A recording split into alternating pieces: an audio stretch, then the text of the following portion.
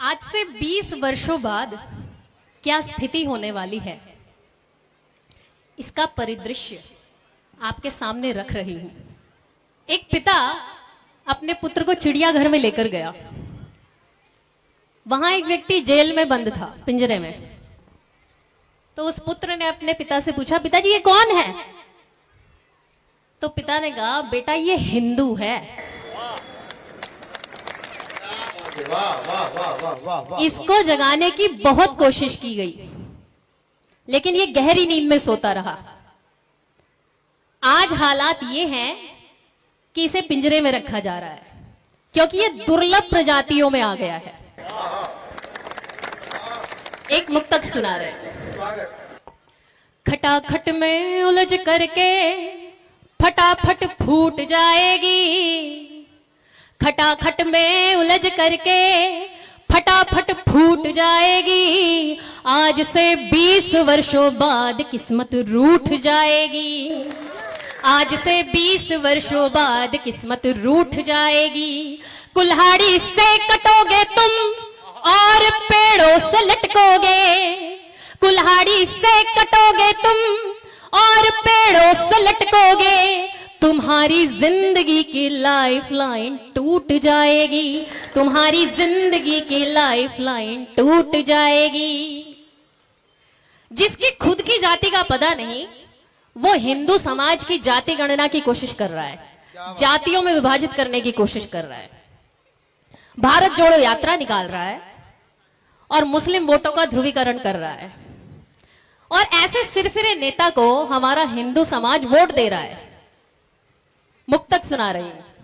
स्वागत। सनातन को मिटा दूंगा, छूट होगी इबादत की, सनातन को मिटा दूंगा, छूट होगी इबादत की। मैं भारत जोड़ दूंगा, सुन लो मेरी बात उल्फत की, मैं भारत जोड़ दूंगा, सुन लो मेरी बात उल्फत की। मुसलमानों इकट्ठे हो के मुझको वोट तुम डालो, मुसलमानों इकट्ठे हो के मुझको वोट तुम डालो। दुकानें खोल दूंगा हर गली में मैं मोहब्बत की, दुकानें खोल दूंगा हर गली में मैं मोहब्बत की। देखिए, अग्र का मतलब होता है आगे, और अग्रवाल का मतलब होता है आगे की सोच रखने वाला। अग्रवाल समाज दान पुण्य करने में अग्रणी रहा है। किसी धर्मशाला में एक कमरा दान करने से अच्छा है कि आप 1000 हिंदू परिवारों में लाठियों का वितरण करें, जिससे हमारे देश का भला हो, समाज का भला हो और आगे जाके आपके बच्चों का भी भला हो। एक छंद सुना रही हूं। स्वागत। रिश्ते नाते होली दिवाली, जब तक हिंदू ज्यादा है, राधे राधे देश में तब तक जब तक हिंदू ज्यादा है। हिंदू घटेगा देश बटेगा, हिंदू घटेगा देश बटेगा, शब्दों की मर्यादा है। कन्या पूजन तब तक सुन लो जब तक हिंदू ज्यादा है, कन्या पूजन तब तक सुन लो जब तक हिंदू ज्यादा है। आप बहुत अच्छा सुन रहे हैं। अगला छंद सुना रही हूं। जो भारत की जना बोले उनसे कैसा भाईचारा, गौ माता को खाने वाले उनसे कैसा भाईचारा। हिंदू को काफिर कहते जो, हिंदू को काफिर कहते जो, उनसे कैसा भाईचारा। तुमको अपनी ईद मुबारक, भाड़ में जाए भाईचारा। तुमको अपनी ईद मुबारक, भाड़ में जाए भाईचारा। किसका नुकसान होगा? मैंने कहा अगर वन नेशन वन इलेक्शन छोड़ दीजिए, जाति जनगणना अगर हो जाएगी, और मैं आगाह करना चाहता हूं कि इस बात को जरा ध्यान से सुनिएगा कि अगर जाति जनगणना करा देंगे तो इनको क्या क्या देना पड़ेगा। इनको नौकरी देनी पड़ेगी, इनको रोजगार देना पड़ेगा, इनको हिस्सेदारी देनी पड़ेगी, और इन सबसे ज्यादा समानता का अधिकार देना पड़ेगा। और ये कुछ भी हो जाए, आदमी और आदमी को बराबर मानने को तैयार नहीं है। इनको सबसे ज्यादा डर लगता है आदमी और आदमी के बराबर हो जाने से। इनका पूरा धंधा आदमी और आदमी के बीच की दूरी पर चलता है। तो ये धंधेबाज लोग, नफरत के धंधेबाज हमको बताते हैं लोकतंत्र क्या है, लोकशाही क्या है, डेमोक्रेसी क्या है, डाइवर्सिटी क्या है। ये तो हम जानते हैं। और अगली बात जो मैं कहने जा रहा हूं वो जरा ध्यान से सुनिएगा, क्योंकि एक ऐसी बात है जो पीढ़ियों के मुस्तकबिल से जुड़ा हुआ है, और आप अगर वहां से आगे निकल गए हैं तो आपकी आने वाली नस्लें ये नुकसान झेलेंगी। और वो डर है शिक्षा को खत्म किए जाने का। इस मुल्क में पूरी तैयारी हो चुकी है कि दलितों को, पिछड़ों को, आदिवासियों को, यहां तक कि गरीब सवर्णों को पढ़ने नहीं देना है। क्योंकि जो आदमी पढ़ लिख जाएगा, जो लड़की पढ़ लिख जाएगी, वो आपके लिए लाठी उठाने से इनकार कर देगा। तो इस देश में ड्राइवरों की, दरबानों की, जूठे बर्तन धुलने वालों की कमी ना हो जाए, इसलिए पिछले दरवाजे से शिक्षा का निजीकरण किया जा रहा है।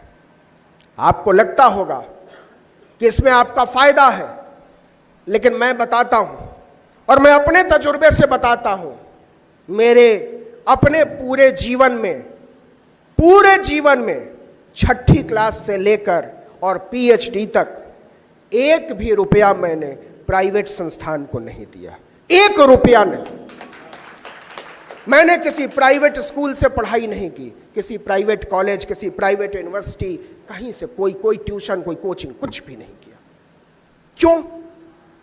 क्योंकि मेरे पिता की हैसियत नहीं थी। फिर भी मैं यहां तक पहुंचा, तो क्या मुझे किसी सरकार ने पहुंचाया? क्या मुझे किसी पूंजीपति ने पहुंचाया? नहीं। मुझे और मेरी तरह के तमाम लोगों को, करोड़ों करोड़ लोगों को यहां तक इस देश के संविधान ने पहुंचाया। मुझे बाबा साहब ने यहां तक पहुंचाया है कि आज मैं आपसे बैठकर बात कर पा रहा हूं। मैं इस लायक हो पाया हूं कि आप दिल्ली से बुलाकर मेरी बात सुन रहे हैं। लेकिन यही अधिकार मेरे बच्चों को, आपके बच्चों को, आपके बच्चों के बच्चों को हासिल रहेगा कि नहीं, मुझे इसमें खतरा नजर आता है। जरा सोचिएगा कि इस देश में 479 राज्यों के विश्वविद्यालय हैं, अलग अलग राज्यों के, जिनको हम स्टेट यूनिवर्सिटी कहते हैं। 56 सेंट्रल यूनिवर्सिटी हैं। लेकिन प्राइवेट यूनिवर्सिटी जानते हैं कितने हैं? 455। 124 डीम्ड यूनिवर्सिटी इसमें से अलग है, उसमें से आधा प्राइवेट। मतलब 500 से ज्यादा यूनिवर्सिटीज इस देश में प्राइवेट खोल दिए गए, जहां कोई पूछने वाला नहीं है कि फीस कितनी लेते हो और रिजर्वेशन देते हो कि नहीं। और पता है 1995 में इस देश में केवल 1 प्राइवेट यूनिवर्सिटी थी।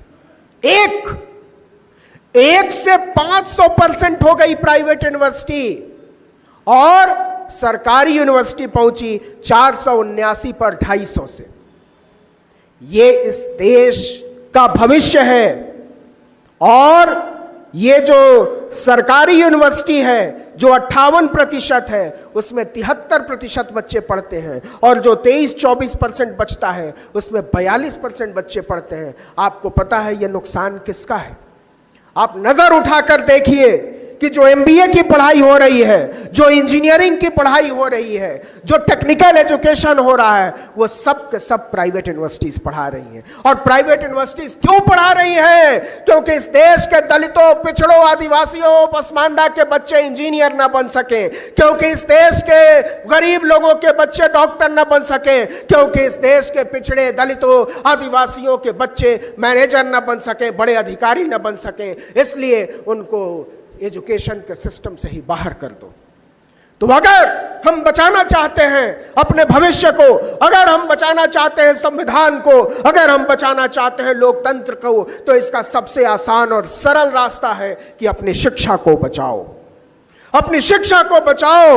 अगर आने वाली नस्लें तुमसे सवाल कर देंगी कि जब इस देश के विश्वविद्यालयों को निजी हाथों में सौंपा जा रहा था, जब इस देश के अस्पतालों को निजी अस्पताल हाथों में सौंपा जा रहा था, जब इस देश की पूरी व्यवस्था को नीलाम किया जा रहा था, तब आप क्या कह रहे थे? अगर आपने लड़ाई लड़ी है तो आप कहेंगे कि हम नागपुर के किसी हॉल में बैठकर इसका विरोध कर रहे थे, और नहीं तो हमारी और आपकी नजरें अपने बच्चों के सामने झुकी हुई होंगी। उस रोज की तैयारी कीजिए। और यह बात बहुत बड़ी है कि अगर हम और आप एजुकेशन के सिस्टम से बाहर कर दिए गए तो हमको किसी जानवर के नाम पर, किसी मंदिर के नाम पर, किसी मस्जिद के नाम पर, किसी गुरुद्वारे के नाम पर, किसी गिरजाघर के नाम पर हमारे बच्चों के हाथों में तलवारें और लाठियां थमा दी जाएंगी, क्योंकि वो ऐसे बेरोजगारों की खोज में। एक बड़ा बुनियादी सवाल आपसे पूछता हूं। जो लोग कहते हैं कि पिछले 1500 साल का हिसाब लेना है, जो लोग कहते हैं कि हर मस्जिद को खोद डालो, जो लोग कहते हैं कि हर इबादतगाह को खोद डालो, मैं कहता हूं खोदना तो जरा और गहरा खोदना, पता चला वहां से बुद्ध के अवशेष निकल रहे हैं। लेकिन वो गहराई में खोदने से डरते हैं, वो ज्यादा गहराई में जाने से डरते हैं, क्योंकि उनको अंत में हमारे और आपके बच्चों के हाथों में तलवारें और लाठियां थमानी। जरा हिसाब देखिए साहब, इस देश के कृषि मंत्री शिवराज सिंह चौहान का बेटा कार्तिकेय पेंसिल्वानिया यूनिवर्सिटी यूएसए से कानून की पढ़ाई करके आता है। राजनाथ सिंह का बेटा लीड्स यूनिवर्सिटी यूनाइटेड किंगडम से पढ़ाई करता है। पीयूष गोयल का बेटा हार्वर्ड यूनिवर्सिटी से पढ़ाई करता है। रविशंकर प्रसाद का बेटा कॉर्नेल यूनिवर्सिटी से पढ़ाई करता है। निर्मला सीतारमण की बेटी अमेरिका की यूनिवर्सिटी से पढ़ाई करती है। प्रकाश जावड़ेकर का बेटा बॉस्टन यूनिवर्सिटी से, एस जयशंकर का बेटा जॉर्ज टाउन यूनिवर्सिटी अमेरिका से, ज्योतिरादित्य सिंधिया का बेटा येल यूनिवर्सिटी से, हरदीप सिंह पुरी की बेटी वार्विक यूनिवर्सिटी से, गजेंद्र सिंह शेखावत की बेटी ऑक्सफोर्ड यूनिवर्सिटी से बीए करती है। और हमको और आपको बताया जा रहा है कि हाथों में लाठियां उठाओ, एक कौम को खत्म कर दो, वरना तुम लोग खत्म हो जाओगे। अरे गद्दारों, इस मुल्क को समझाओ कि अपने एजुकेशनल संस्थानों को बचाओ, नहीं तो इस देश का लोकतंत्र खत्म हो जाएगा। हम तो लोकतंत्र को बचाएंगे, हम तो अपने एजुकेशन सिस्टम को बचाएंगे। और एक चीज जो बड़े अदब से कहना चाहता हूं कि ये जो लोग अमेरिका और इंग्लैंड से पढ़ाई करके आए हैं, वो क्या करते हैं? यही लोग हमारे बच्चों को कहते हैं कि तुमको पढ़ने की जरूरत नहीं है, तुमको वेद विद्यालयों में जाने की जरूरत है, तुमको धोती पहनने की जरूरत है, तुमको टीका लगाकर किसी मंदिर का घंटा बजाने की जरूरत है, वरना इस देश में तुम जी नहीं पाओगे। तो हमारे बाल बच्चों को भिखारी बना देने की ये जो राजनीति है, इसको समझने की जरूरत है। एक सवाल पूछता हूं आपसे, और जरा ध्यान दीजिएगा। आप खुशकिस्मत हैं, आपके यहां कांवड़ यात्रा नहीं निकलती है। हमारे यहां जब कांवड़ यात्रा निकलती है तो लोग भयभीत हो जाते हैं। यह अजीब धर्म का फलसफा चला है कि लोगों को डराने वाली चीज को वो धर्म कहते हैं। लेकिन एक बात बताइए, ये जो कांवड़ यात्राओं पर हेलीकॉप्टर से फूल बरसाते हैं, कभी उनको कांवड़ में शामिल होते देखा है? कभी राजनाथ सिंह के बेटे को कांवड़ ढोते हुए देखा है? कभी अमित शाह के बेटे को कांवड़ ढोते हुए देखा है, कभी नरेंद्र मोदी के बेटे को, नरेंद्र मोदी को खुद कांवड़ ढोते हुए देखा है। क्या आपने कांवड़ ढोते हुए देखा है लाल कृष्ण आडवाणी को? बाकी छोड़िए, योगी आदित्यनाथ तो संत हैं, कभी उनको कांवड़ ढोते हुए देखा है? मैं गारंटी देता हूं, मैं चुनौती देता हूं कि एक तस्वीर नरेंद्र मोदी निकाल कर दिखा दे अपनी कांवड़ ढोते हुए, एक तस्वीर दिखा दे योगी आदित्यनाथ अपनी कांवड़ ढोते हुए, मैं अपनी पूरी पत्रकारिता खत्म कर दूंगा उसी रोज। जिन लोगों ने कांवड़ के नाम पर, मंदिर के नाम पर, मस्जिद के नाम पर, गुरुद्वारे के नाम पर, चर्च के नाम पर सिर्फ हमको और आपको लड़ाया है, वो लोग बताते हैं कि यही चीज तुम्हारे लिए ठीक है। जानते हैं वो क्या कहते हैं? धर्म के नाम पर, वो धर्म के नाम पर इस देश के दलितों, पिछड़ों, आदिवासियों को गाली देते हैं, कहते हैं तुम्हारी औकात यही है, तुम्हारी औकात यही है। किसी कांवड़ यात्रा की, किसी झुमटा यात्रा की, किसी चिमटा यात्रा की, किसी ताली यात्रा की, किसी थाली यात्रा की। तो मैं कहना चाहता हूं इस देश के तमाम बाबाओं को, जिनको जेलों से बाहर निकालने वाली हुकूमत हमको लोकतंत्र सिखा रही है, जिनकी हुकूमत गुंडों, मवालियों, बलात्कारियों, हत्यारों के बिना नहीं चल सकती, जो राम रहीम जैसे हत्यारे, लफंगे, गुंडे को आजाद सड़कों पर घूमने के लिए छोड़ देते हैं, जो छोड़ देते हैं बिल्किस बानो के बलात्कारियों को, जो छोड़ देते हैं आसाराम बापू जैसे दरिंदे को, वो कहते हैं कि तुमको अपने घरों में कैद रहना होगा।